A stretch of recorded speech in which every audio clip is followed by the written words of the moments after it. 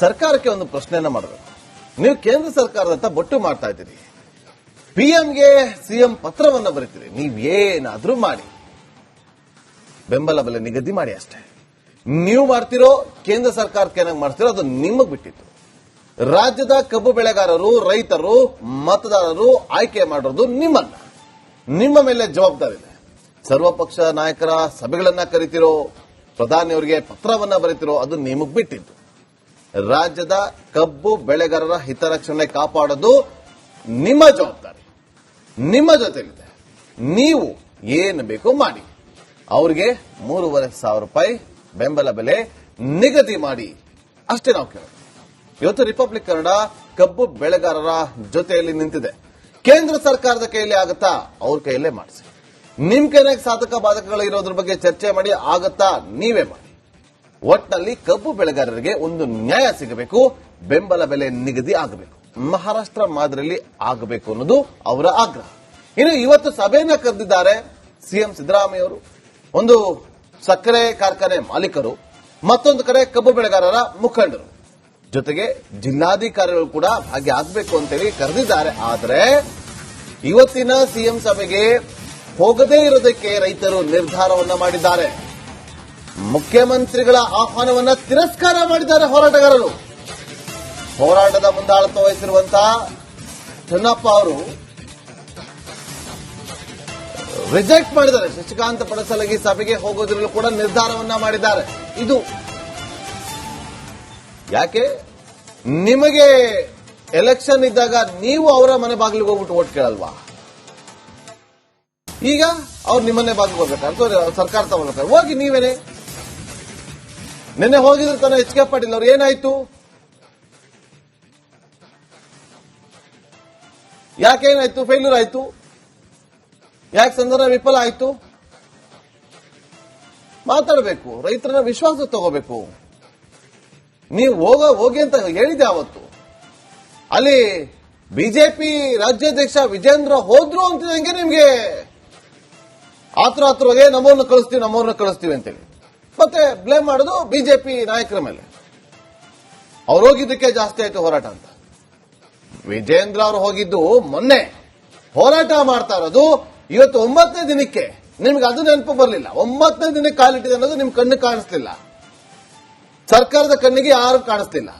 ಆದ್ರೆ ವಿಜೇಂದ್ರ ಅವರು ಹೋದ್ರು, ಅಲ್ಲೇ ಬರ್ಡೇ ಆಚರಿಸ್ಕೊಂಡ್ರು, ಅವ್ರ ಜೊತೆ ಅಹೋರಾತ್ರಿ ಧರಣಿ ಮಾಡಿಬಿಟ್ರು ಅಂತಿದಂಗೆ ಅವ್ರು ಕಣ್ಣಿಗೆ ಹೋಗ್ಬಿಡ್ತು. ಈ ನಾಯಕರನ್ನ ಕೆಲಸ ಮಾಡಿದ್ರು. ಎಲ್ಲೇ ಹೋಗಿದ್ದಾರೆ ನಿಮ್ಮ ಬೆಳಗಾವಿ ನಾಯಕರು? ಬೆಳಗಾವಿ ನಾಯಕರು ಎಲ್ಲಿ ಹೋಗಿದ್ದಾರೆ? ಇವತ್ತು ಡಿಸಿಸಿ ಬ್ಯಾಂಕ್ ಇದೆ ಅಂದಿದ್ರೆ 4 ಗಂಟೆಗೆ ಎದ್ದು ದೇವಸ್ಥಾನಕ್ಕೆ ಹೋಗಿ ಪೂಜೆ ಮಾಡಿ ಮಂಗಳಾರತಿ ತಗೊಂಡು ಬಂದು ಪ್ರಚಾರ ದುಮ್ಕೋರು. ಬಾಬಾ ಬಾಬಾ. ಅದೇ ಮತ್ತೊಂದು ಮಗದೊಂದು ಕಾರ್ಯಕ್ರಮ ಆಗಿದ್ರೆ, ಮದುವೆಗಳಾಗಿದ್ರೆ ಡ್ಯಾನ್ಸ್ ಮಾಡ್ಕೊಂಡು ಕೂಡ್ಕೊಂಡಿರೋರು. ಕಾರಲ್ಲಿ ಹೋಗ್ಬೇಕಾರೆ ಅಬ್ಬಾ ಕ್ರಿಕೆಟ್ ನೋಡ್ಕೊಂಡು ನೋಡಿ, ನಮ್ಗೇನು ಬೇಸರ ಇಲ್ಲ. ಅದು ನಿಮ್ಮ ವೈಯಕ್ತಿಕ ನಿರ್ಧಾರ. ಹಾಗೇನೆ ನಿಮ್ಮ ವೈಯಕ್ತಿಕ ಆಸಕ್ತಿಗಳ ಬಗ್ಗೆ ಇರುವಂತ ನಿರ್ಧಾರವನ್ನು ಹೇಗೆ ತಗೋತಿರೋ ಅದೇ ರೀತಿ ರೈತರ ಮೇಲೆ ಕೂಡ ಸ್ವಲ್ಪ ಕಾಳಜಿಯನ್ನು ವಹಿಸಿ.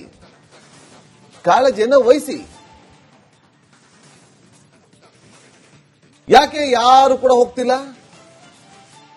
ಅಷ್ಟು ಜನ ಮುಖಂಡರಿದ್ದಾರೆ ರಾಜಕೀಯದಲ್ಲಿ, ಅದು ಬೆಳಗಾವಿಯಲ್ಲಿ. ಸರ್ಕಾರವನ್ನ ಬೀಳಿಸುವಂತ ಕೆಪಾಸಿಟಿ ಇರುವಂತ ರಾಜಕಾರಣಿಗಳಿರೋದು ಬೆಳಗಾವಿಯಲ್ಲಿ.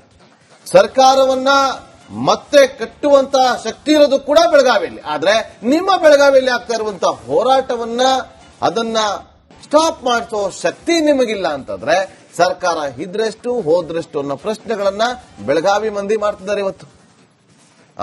ಕುಂದಾನಗರಿ ಜನ ಇವತ್ತು ಅರ್ಥ ಮಾಡ್ಕೊಳ್ಳಿ. ನೀವು ಬೀದಿಗೆ ಬಂದ್ರೆ ಯಾರು ನಿಮ್ಮನ್ನ ಪ್ರಶ್ನೆ ಮಾಡೋದಕ್ಕೆ ಬರೋದಿಲ್ಲ. ಅದೇ ಅವ್ರದ್ದೇನಾದ್ರೂ ಬೀದಿಗೆ ಬಂದ್ಬಿಡ್ತು ಅಂತಂದ್ರೆ ನೀವುಗಳು ಪೆಟ್ರೋಲ್ ಸುರ್ಕೊಂಡು, ಸಿಮೆಂಟ್ ಸುರ್ಕೊಂಡು, ಅಯ್ಯೋ ನಮ್ ನಾಯಕ ನಾವು ಅವ್ರಿಗೋಸ್ಕರ ಪ್ರಾಣ ಕೊಡೋಕ್ಕೂ ಸಿದ್ಧ ಅಂತ ಹೇಳ್ತೀರಿ. ನಾಚಿಕೆ ಆಗ್ಬೇಕೆಲ್ರಿಗೂ. ಅರ್ಥ ಮಾಡ್ಕೊಳ್ಳಿ. ರಾಜಕಾರಣಿಗಳು ಅವರ ಬೇಳೆಕಾಳನ್ನ ಬೇಯಿಸ್ಕೊಳ್ಳೋದಕ್ಕೆ ನಿಮ್ಮನ್ನ ಬಳಸ್ಕೊಳ್ತಾರೆ. ಇವತ್ತು ಕಬ್ಬು ಬೆಳೆಗಾರರು ಹೋರಾಟವನ್ನ ಮಾಡ್ತಾರೆ. ಯಾಕೆ ಒಬ್ರಿಗೂ ಕಾಣಿಸ್ತಿಲ್ವಾ? ನಿಮಗೆ ಕ್ರಿಕೆಟ್ ನೋಡಕ್ಕಾಗತ್ತೆ, ಡ್ಯಾನ್ಸ್ ಮಾಡಕ್ಕಾಗತ್ತೆ, ಡಿಸಿಸಿ ಬ್ಯಾಂಕ್ ಪ್ರಚಾರದಲ್ಲಿ ಓಡಾಡಕ್ಕಾಗತ್ತೆ, ರೆಸಾರ್ಟ್ ಶಿಫ್ಟ್ ಮಾಡಕ್ಕಾಗತ್ತೆ, ವೀಕ್ಲಿ ಔಟ್ ಹೋಗಕ್ಕಾಗತ್ತೆ, ಇದೆಲ್ಲ ಆಗುತ್ತೆ. ಅಲ್ಲಿ ನಿಮ್ಮ ಬೆಳಗಾವಿಯಲ್ಲಿ ಆಗ್ತಾ ಇರುವಂತಹ ಹೋರಾಟಗಾರರ ಕಷ್ಟ ಏನು, ಏನಾಗ್ತದೆ ಸಮಸ್ಯೆ, ಅದನ್ನ ಕೇಳೋದಕ್ಕೆ ಮಾತ್ರ ನಿಮ್ಮ ಮುಖಂಡರು ಬರ್ತಾ ಇಲ್ಲ.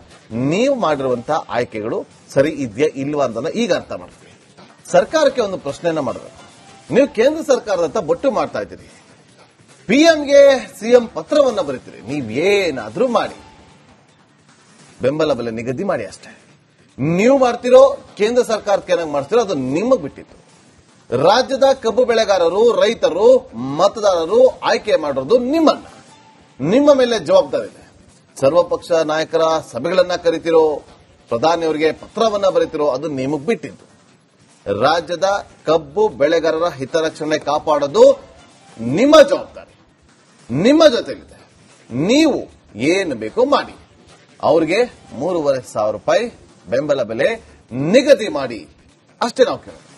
ಇವತ್ತು ರಿಪಬ್ಲಿಕ್ ಕನ್ನಡ ಕಬ್ಬು ಬೆಳೆಗಾರರ ಜೊತೆಯಲ್ಲಿ ನಿಂತಿದೆ. ಕೇಂದ್ರ ಸರ್ಕಾರದ ಕೈಯಲ್ಲಿ ಆಗುತ್ತಾ? ಅವ್ರ ಕೈಯಲ್ಲೇ ಮಾಡಿಸಿ. ನಿಮ್ ಕೈನಾಗ ಸಾಧಕ ಬಾಧಕಗಳು ಇರೋದ್ರ ಬಗ್ಗೆ ಚರ್ಚೆ ಮಾಡಿ ಆಗುತ್ತಾ? ನೀವೇ ಮಾಡಿ. ಒಟ್ಟಿನಲ್ಲಿ ಕಬ್ಬು ಬೆಳೆಗಾರರಿಗೆ ಒಂದು ನ್ಯಾಯ ಸಿಗಬೇಕು, ಬೆಂಬಲ ಬೆಲೆ ನಿಗದಿ ಆಗಬೇಕು, ಮಹಾರಾಷ್ಟ್ರ ಮಾದರಿಯಲ್ಲಿ ಆಗಬೇಕು ಅನ್ನೋದು ಅವರ ಆಗ್ರಹ. ಇನ್ನು ಇವತ್ತು ಸಭೆಯನ್ನ ಕರೆದಿದ್ದಾರೆ ಸಿಎಂ ಸಿದ್ದರಾಮಯ್ಯ ಅವರು. ಒಂದು ಸಕ್ಕರೆ ಕಾರ್ಖಾನೆ ಮಾಲೀಕರು, ಮತ್ತೊಂದು ಕಡೆ ಕಬ್ಬು ಬೆಳೆಗಾರರ ಮುಖಂಡರು, ಜೊತೆಗೆ ಜಿಲ್ಲಾಧಿಕಾರಿಗಳು ಕೂಡ ಹಾಗೆ ಆಗಬೇಕು ಅಂತೇಳಿ ಕರೆದಿದ್ದಾರೆ. ಆದರೆ ಇವತ್ತಿನ ಸಿಎಂ ಸಭೆಗೆ ಹೋಗದೇ ಇರೋದಕ್ಕೆ ರೈತರು ನಿರ್ಧಾರವನ್ನ ಮಾಡಿದ್ದಾರೆ. ಮುಖ್ಯಮಂತ್ರಿಗಳ ಆಹ್ವಾನವನ್ನ ತಿರಸ್ಕಾರ ಮಾಡಿದ್ದಾರೆ ಹೋರಾಟಗಾರರು.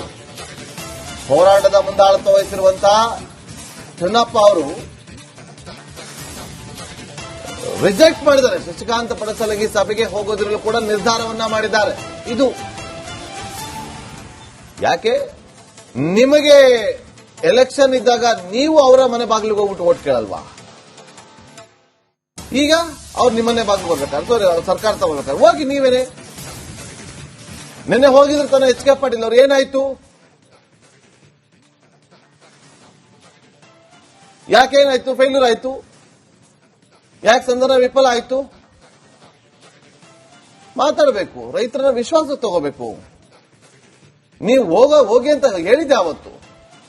ಅಲ್ಲಿ ಬಿಜೆಪಿ ರಾಜ್ಯಾಧ್ಯಕ್ಷ ವಿಜೇಂದ್ರ ಹೋದ್ರು ಅಂತಿದಂಗೆ ನಿಮ್ಗೆ ಆತುರಾತುರಗೆ ನಮ್ಮವ್ರನ್ನ ಕಳಿಸ್ತೀವಿ ಅಂತೇಳಿ ಮತ್ತೆ ಬ್ಲೇಮ್ ಮಾಡೋದು ಬಿಜೆಪಿ ನಾಯಕರ ಮೇಲೆ. ಅವ್ರು ಹೋಗಿದ್ದಕ್ಕೆ ಜಾಸ್ತಿ ಆಯ್ತು ಹೋರಾಟ ಅಂತ. ವಿಜೇಂದ್ರ ಅವರು ಹೋಗಿದ್ದು ಮೊನ್ನೆ, ಹೋರಾಟ ಮಾಡ್ತಾ ಇರೋದು ಇವತ್ತು 9ನೇ ದಿನಕ್ಕೆ. ನಿಮ್ಗೆ ಅದು ನೆನಪು ಬರಲಿಲ್ಲ. 9ನೇ ದಿನಕ್ಕೆ ಕಾಲಿಟ್ಟಿದೆ ಅನ್ನೋದು ನಿಮ್ ಕಣ್ಣು ಕಾಣಿಸ್ತಿಲ್ಲ, ಸರ್ಕಾರದ ಕಣ್ಣಿಗೆ ಯಾರು ಕಾಣಿಸ್ತಿಲ್ಲ. ಆದ್ರೆ ವಿಜೇಂದ್ರ ಅವರು ಹೋದ್ರು, ಅಲ್ಲೇ ಬರ್ಡೇ ಆಚರಿಸ್ಕೊಂಡ್ರು, ಅವ್ರ ಜೊತೆ ಅಹೋರಾತ್ರಿ ಧರಣಿ ಮಾಡಿಬಿಟ್ರು ಅಂತಿದಂಗೆ ಅವ್ರು ಕಣ್ಣು ಹೋಗ್ಬಿಡ್ತು. ಈ ನಾಯಕರನ್ನ ಕೆಲಸ ಮಾಡಿದ್ರು. ಎಲ್ಲೇ ಹೋಗಿದ್ದಾರೆ ನಿಮ್ಮ ಬೆಳಗಾವಿ ನಾಯಕರು? ಬೆಳಗಾವಿ ನಾಯಕರು ಎಲ್ಲಿ ಹೋಗಿದ್ದಾರೆ? ಇವತ್ತು ಡಿಸಿಸಿ ಬ್ಯಾಂಕ್ ಇದೆ ಅಂದಿದ್ರೆ 4 ಗಂಟೆಗೆ ಎದ್ದು ದೇವಸ್ಥಾನಕ್ಕೆ ಹೋಗಿ ಪೂಜೆ ಮಾಡಿ ಮಂಗಳಾರತಿ ತಗೊಂಡು ಬಂದು ಪ್ರಚಾರ ದುಮ್ಕೋರು. ಬಾಬಾ ಬಾಬಾ. ಅದೇ ಮತ್ತೊಂದು ಮಗದೊಂದು ಕಾರ್ಯಕ್ರಮ ಆಗಿದ್ರೆ, ಮದುವೆಗಳಾಗಿದ್ರೆ ಡ್ಯಾನ್ಸ್ ಮಾಡ್ಕೊಂಡು ಕುಣ್ಕೊಂಡಿರೋರು. ಕಾರಲ್ಲಿ ಹೋಗ್ಬೇಕಾರೆ ಅಬ್ಬಾ ಕ್ರಿಕೆಟ್ ನೋಡ್ಕೊಂಡು ನೋಡಿ. ನಮ್ಗೇನು ಬೇಸರ ಇಲ್ಲ, ಅದು ನಿಮ್ಮ ವೈಯಕ್ತಿಕ ನಿರ್ಧಾರ.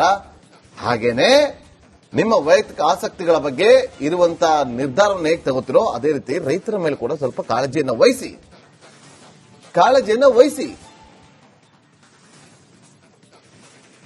ಯಾಕೆ ಯಾರು ಕೂಡ ಹೋಗ್ತಿಲ್ಲ? ಅಷ್ಟು ಜನ ಮುಖಂಡರಿದ್ದಾರೆ ರಾಜಕೀಯದಲ್ಲಿ, ಅದು ಬೆಳಗಾವಿಯಲ್ಲಿ. ಸರ್ಕಾರವನ್ನ ಬೀಳಿಸುವಂತ ಕೆಪಾಸಿಟಿ ಇರುವಂತ ರಾಜಕಾರಣಿಗಳಿರೋದು ಬೆಳಗಾವಿಯಲ್ಲಿ. ಸರ್ಕಾರವನ್ನ ಮತ್ತೆ ಕಟ್ಟುವಂತ ಶಕ್ತಿ ಇರೋದು ಕೂಡ ಬೆಳಗಾವಿಯಲ್ಲಿ. ಆದ್ರೆ ನಿಮ್ಮ ಬೆಳಗಾವಿಯಲ್ಲಿ ಆಗ್ತಾ ಇರುವಂತಹ ಹೋರಾಟವನ್ನ, ಅದನ್ನ ಸ್ಟಾಪ್ ಮಾಡಿಸೋ ಶಕ್ತಿ ನಿಮಗಿಲ್ಲ ಅಂತಂದ್ರೆ ಸರ್ಕಾರ ಇದ್ರೆಷ್ಟು ಹೋದ್ರೆಷ್ಟು ಅನ್ನೋ ಪ್ರಶ್ನೆಗಳನ್ನ ಬೆಳಗಾವಿ ಮಂದಿ ಮಾಡ್ತಿದ್ದಾರೆ ಇವತ್ತು. ಕುಂದಾನಗರಿ ಜನ ಇವತ್ತು ಅರ್ಥ ಮಾಡ್ಕೊಳ್ಳಿ. ನೀವು ಬೀದಿಗೆ ಬಂದ್ರೆ ಯಾರು ನಿಮ್ಮನ್ನ ಪ್ರಶ್ನೆ ಮಾಡೋದಕ್ಕೆ ಬರೋದಿಲ್ಲ. ಅದೇ ಅವ್ರದ್ದೇನಾದ್ರೂ ಬೀದಿಗೆ ಬಂದ್ಬಿಡ್ತು ಅಂತಂದ್ರೆ ನೀವುಗಳು ಪೆಟ್ರೋಲ್ ಸುರ್ಕೊಂಡು, ಸಿಮೆಂಟ್ ಸುರ್ಕೊಂಡು, ಅಯ್ಯೋ ನಮ್ ನಾಯಕ ನಾವು ಅವ್ರಿಗೋಸ್ಕರ ಪ್ರಾಣ ಕೊಡೋಕ್ಕೂ ಸಿದ್ಧ ಅಂತ ಹೇಳ್ತೀರಿ. ನಾಚಿಕೆ ಆಗ್ಬೇಕೆಲ್ರಿಗೂ. ಅರ್ಥ ಮಾಡ್ಕೊಳ್ಳಿ. ರಾಜಕಾರಣಿಗಳು ಅವರ ಬೇಳೆಕಾಳನ್ನ ಬೇಯಿಸ್ಕೊಳ್ಳೋದಕ್ಕೆ ನಿಮ್ಮನ್ನ ಬಳಸ್ಕೊಳ್ತಾರೆ. ಇವತ್ತು ಕಬ್ಬು ಬೆಳೆಗಾರರು ಹೋರಾಟವನ್ನ ಮಾಡ್ತಾರೆ. ಯಾಕೆ ಒಬ್ರಿಗೂ ಕಾಣಿಸ್ತಿಲ್ವಾ? ನಿಮಗೆ ಕ್ರಿಕೆಟ್ ನೋಡಕ್ಕಾಗತ್ತೆ, ಡ್ಯಾನ್ಸ್ ಮಾಡಕ್ಕಾಗತ್ತೆ, ಡಿಸಿಸಿ ಬ್ಯಾಂಕ್ ಪ್ರಚಾರದಲ್ಲಿ ಓಡಾಡಕ್ಕಾಗತ್ತೆ, ರೆಸಾರ್ಟ್ ಶಿಫ್ಟ್ ಮಾಡಕ್ಕಾಗತ್ತೆ, ವೀಕ್ಲಿ ಔಟ್ ಹೋಗಕ್ಕಾಗತ್ತೆ. ಇದೆಲ್ಲ ಆಗುತ್ತೆ. ಅಲ್ಲಿ ನಿಮ್ಮ ಬೆಳಗಾವಿಯಲ್ಲಿ ಆಗ್ತಾ ಇರುವಂತಹ ಹೋರಾಟಗಾರರ ಕಷ್ಟ ಏನು, ಏನಾಗ್ತದೆ ಸಮಸ್ಯೆ ಅದನ್ನ ಕೇಳೋದಕ್ಕೆ ಮಾತ್ರ ನಿಮ್ಮ ಮುಖಂಡರು ಬರ್ತಾ ಇಲ್ಲ. ನೀವು ಮಾಡಿರುವಂತಹ ಆಯ್ಕೆಗಳು ಸರಿ ಇದೆಯಾ ಇಲ್ವಾ ಅಂತ ಈಗ ಅರ್ಥ ಮಾಡ್ತೀವಿ.